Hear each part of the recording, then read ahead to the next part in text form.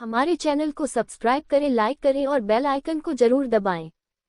सोनपुर जंगल में एक सेठ कबूतर रहता था। कबूतर की 2 बीवियां थी। उसकी बड़ी पत्नी टुनटुनी चिड़िया दिखने में खूबसूरत नहीं थी और उसकी छोटी पत्नी लाडो काफी सुंदर और सुशील थी, इसलिए छोटी पत्नी को घमंड भी अपने ऊपर अधिक था। अरे ओ लाडो, कब से बुला रहा हूँ पर तुम सुनती ही नहीं हो। तुम कहाँ चली गई हो? आपने बुलाया? दरअसल मैं कुछ काम कर रही थी तो ठीक से सुनाई नहीं दिया। तुम्हें तो मैंने नहीं बुलाया है। पर मुझे लगा कि आप तो मुझे बुला रहे हैं। क्या पता तुमने क्या सुना। अब कान खोल कर सुन लो। मैंने तुम्हें नहीं, छोटी लाडो को बुला रहा था, समझी? वो लगता है कि मैंने गलत सुन लिया। हाँ, हो सकता है, पर छोटी लाडो है कहाँ? छोटी लाडो सजने संवरने में व्यस्त है। आपको क्या चाहिए बताए ना, मैं लेकर आती हूँ। वो आने में जरा देर हो गई तो तूने मेरी शिकायत करना शुरू कर दी। मैंने कब शिकायत की? रहने दो, तुम्हें सफाई देने की जरूरत नहीं है। जैसे मैं पूरा दिन अपना रूप संवारने में व्यस्त रहती हूँ, ऐसा बताती हो कि सारा घर गृहस्थी का काम तुम ही संभालती हो। मैंने ऐसा कब कहा छोटी? कहने को अब बचा ही क्या है, तुम्हारे बातों का मतलब मैं अच्छी तरह से समझती हूँ। यह क्या कह रही हो छोटी? ठीक ही कह रही हूँ मैं। और कितना झूठ बोलोगी तुम मेरे बारे में? हे भगवान, क्या दिन आ गए हैं। अब इनके सामने झूठी साबित कर रही हो, यही सुनना बाकी रह गया था।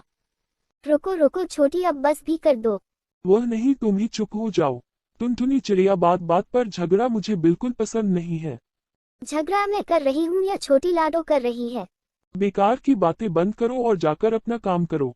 हमेशा दूसरों की गलतियां निकालती रहती हो। ठीक है, कौन सा काम करना है?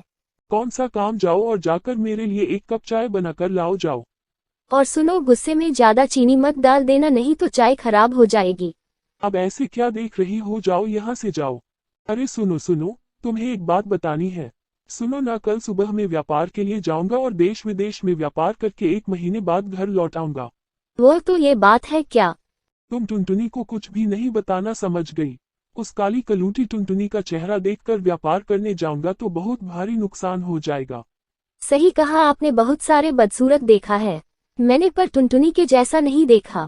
हे प्रभु, ये क्या कह रहे हैं? अब यही सुनना बाकी रह गया था, पर फिर भी मेरे पति का ध्यान रखना। चलता हूँ छोटी लाडो, अपना ध्यान रखना, अच्छे से ध्यान रखना।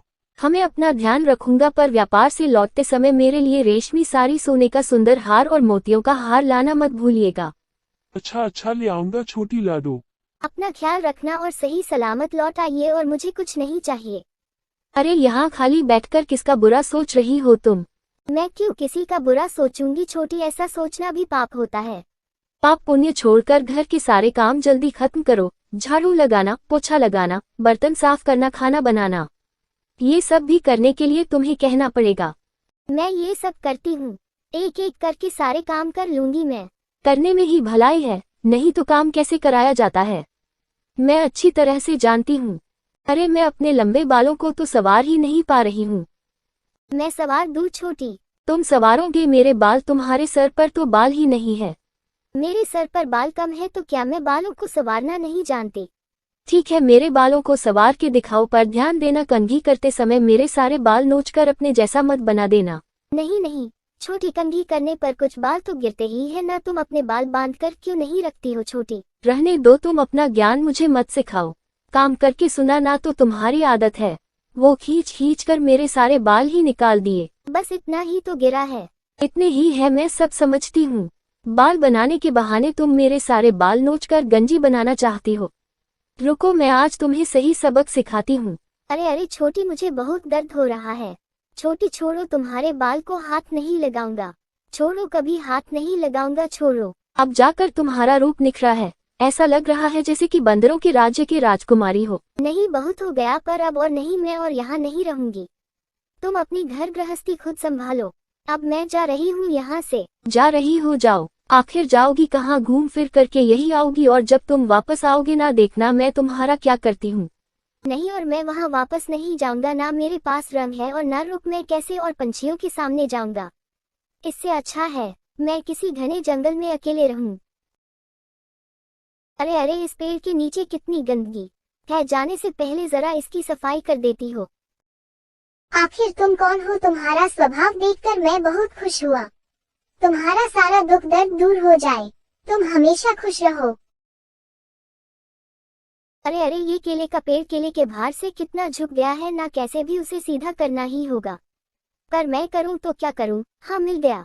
इस सूखी डाली से मैं इस पेड़ को सहारा देती हूँ। वाह बेटी वाह, तुम्हारी दया और माया को देखकर मैं खुश हुई। दुख तुमसे दूर हो जाए और तुम खुश हो जाओ। मेरा परम सौभाग्य है कि मुझे इस स्थान पर आप जैसे साधु का दर्शन हुआ। मुझे आशीर्वाद दीजिए बाबा। तुम कौन हो पुत्री? इस घने भयानक जंगल में तुम किस काम से आई हो? आप तो अंतर्यामी हो बाबा, आपको तो सब कुछ पता है। अपनी दुख की बात अपनी मुंह से कैसे कहूँ, मुझ पर दया कीजिए बाबा। ठीक है तो फिर जाओ पुत्री, यहाँ पास में ही एक तालाब है, वहाँ पर बस एक बार डुबकी लगाकर मेरे पास लौट आओ पुत्री। ठीक है बाबा, आप जैसा कहेंगे मैं वैसा ही करूँगा। मेरे मन को शांति दीजिए प्रभु।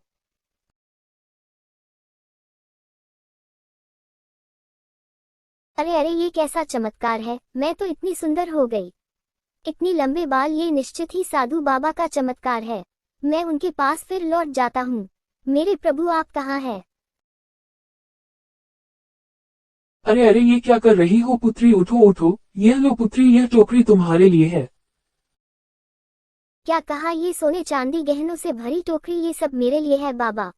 हाँ पुत्री, ये गहने रतन सोना चांदी सब निकाल भी लोगे। टोकरी खाली कर देने पर भी वापस फिर से भर जाएगी। पर ये सब मुझे क्यों दिया बाबा? ये सब मुझे नहीं चाहिए। तुम्हारी सरलता भाव पर खुश होकर मैंने उपहार स्वरूप तुम्हें ये टोकरी दी है। जाओ और खुशी खुशी अपना जीवन व्यतीत करो पुत्री।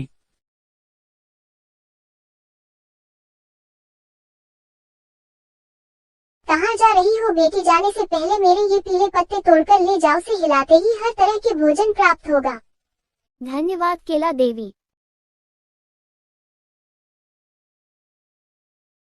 जाने से पहले एक बार मेरे पास आओ बेटी। मेरे पेड़ पर जो सूखी डाली दिख रही है उसे तोड़ लो और उसे हिलाते ही हर तरह के कपड़े मिल जाएंगे तुम्हें।